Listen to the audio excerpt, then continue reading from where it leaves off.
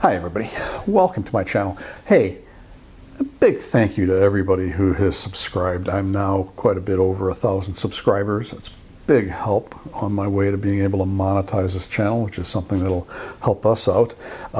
Still got to get the watch hours up a bit, but we're getting close on that as well. As far as monetizing, I've been thinking about that buy me a coffee thing. Just maybe let me know in the comments if you think that that's, I mean, I've never done this, so I don't know if this is something that people find annoying or if, you know, it's something if you want to contribute to my making videos here and you don't have a problem with that, I can do that. But today, I'm going to talk a bit about vintage digicams, and I'm not going to review any of them. What I think is very interesting that it seems to be all the rage right now, vintage digicams. It's kind of like film as well. I mean, people are really into, some people are really into shooting film. You know, I did all that. I had quite a few what are now vintage digicams. And what is a digicam? Well, around roughly the year 2000, late 90s into the 2000s, we got that shift from film over to digital. And before digital SLRs became affordable, there were these digicams. So they all had built-in lenses, usually a zoom lens, and CCD chips. I started off, I think my Nikon 990 that I started off with, which I don't have any images from, was 3 megapixels. I kind of wonder if people who started into digital photography at that time had the same thing happen where their first, I mean, I imagine my Nikon 990 images are on a DVD somewhere. I probably back them up because remember back in those days we didn't have terabyte sized hard drives. So at some point you had to take them and back them up onto removable medium. So, but had the Nikon 990, went into the Powershot, the Canon Powershot G2 within a few years. That was a 4 megapixel camera. So what I am going to do today is I'm not going to review these cameras because I don't have any to review, but I do have images from my Powershot G2 going forward. So I'm going to put up a little slideshow of various images. They're going to run from nature and landscapes into a few family pics and travel and such, but give you an idea of the image quality of these cameras. They're CCD based, not CMOS, which is the type of chip that they use now. Those are CCDs. CCDs, I think, were power hungry. There are some people who think the images from a CCD sensor are more film-like. Maybe it's the limited dynamic range, because those of us who shot transparency film had to deal with limited dynamic range. I mean, Fujifilm Velvia, you're lucky if you got 5 stops of dynamic range with that film. So you always had to make sure you didn't blow your highlights out. Same with these digicams. You don't want to blow the highlights out. You want to protect those highlights, and some of them still, you could still pull up some shadow detail. Not quite like you can with today's cameras, but some of them weren't bad. So anyway, what I'm doing, I got to do the slideshow. It's got this range of images. It is not my entire history because I had so many of these things. Boy, the money I spent. So what I've done is I've broken it up. Today, this video is going to cover the Powershot G2, the Powershot G3, upgraded pretty quickly, the Fujifilm Finepix F10, and the Canon Powershot Pro1. So, and that F10 was a neat little camera.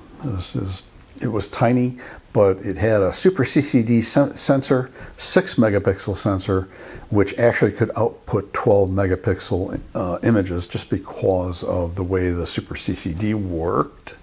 Put a link to that in the description. I will also put a link to the DP reviews of all these cameras, because they're still online. So if you're interested in buying one of these things, you'll be able to access the review.